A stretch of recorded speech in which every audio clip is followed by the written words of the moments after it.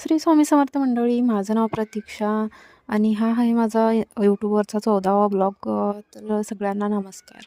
आणि मी असेच ब्लॉग टाकते, पण कोणी काही कमेंट वगैरे करत नाही आहे की तुम्हाला कसे व्हिडिओ बघायला आवडतील.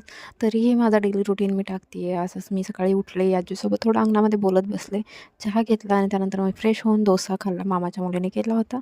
डोसा खाऊन मग मी परत आवरून निघाले माझ्या शॉपला. आमच्याकडे थंडी खूप असल्यामुळे मला जर्किंग वेअर करायलाच लागतं, कारण खूप थंडी आहे. आणि त्यामुळे मग मी पटकन गेले शॉपमध्ये, शॉप वगैरे ओपन केलं आणि त्याच्यानंतर मग मी माझं जर्किंग काढून ठेवलं आणि मग मी घेतलं दिवाबत्ती करायला. दिवाबत्ती केली देवाला, कारण दिवाबत्ती करून मला माझे कामं करायची होती. ते बरोबर म्हणतात, एकाचं मी एक व्हिडिओ पाहिला, त्यामध्ये पाहिलं की त्यांनी म्हटलं जे लोक तुम्हाला बोलतात, नाव ठेवतात किंवा मागे ओढायचा प्रयत्न करतात, तर म्हणजे ते आपले रिलेटिव्हच असतात आणि त्यांना आधी ब्लॉक करा आणि त्यानंतर व्हिडिओ स्टार्ट करा. आणि हे खरंच सूट झालं, म्हणजे बरोबर आहे. असं काही नसतं, रिलेटिव्ह म्हटलं तर सगळेच असतात. काही असतात लोक जे मागे ओढायचा प्रयत्न करतात, त्यांना आधी ब्लॉक करायचं, नंतर आपले व्हिडिओ स्टार्ट करायचे. हे बरोबरच आहे. मग मी पण तसंच केलेलं. पण ठीक आहे, चला.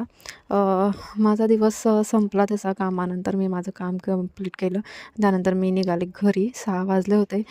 फोन केला मामाच्या मुलाला, म्हटलं ये लवकर घ्यायला, कारण नंतर थंडी पडते. मग त्यामुळं मी घरी जायला निघाले. शॉप वगैरे सगळं आवरलं शॉपमधलं. शॉपमध्ये सामान वगैरे ठेवलं, लाईट्स वगैरे ऑफ केल्या आणि त्यानंतर शॉप क्लोज करून मी घरी जायला निघाले. तो आला नव्हता, त्यामुळं मी जाऊन रोडला थांबले. त्यानंतर मी स्कार्फ पण नव्हता बांधला, त्यामुळं खूप धूळ येत होती. त्यामुळे तरी तो आला. मग तो आल्यानंतर मी निघाले घराकडे आणि एवढी थंडी वाजते ना, काय सांगू तुम्हाला. त्यामुळं मी गाडी नाही चालवायला घेतली आणि त्यालाच म्हटलं तूच चालव गाडी. त्यानंतर पुढे गेलो आणि तिथे एक छोटासा ॲक्सिडेंट झाला होता. म्हणजे त्या माणसाला थोडी जास्त झाली होती आणि तो स्वतःहून गाडीवरनं पडला होता. त्यानंतर घरी गेल्यानंतर समजलं मला केला हलवा मला खूप आवडतो, तो खाल्ला आणि मी गेले झोपायला. बाय बाय, उद्या भेटू. ओके.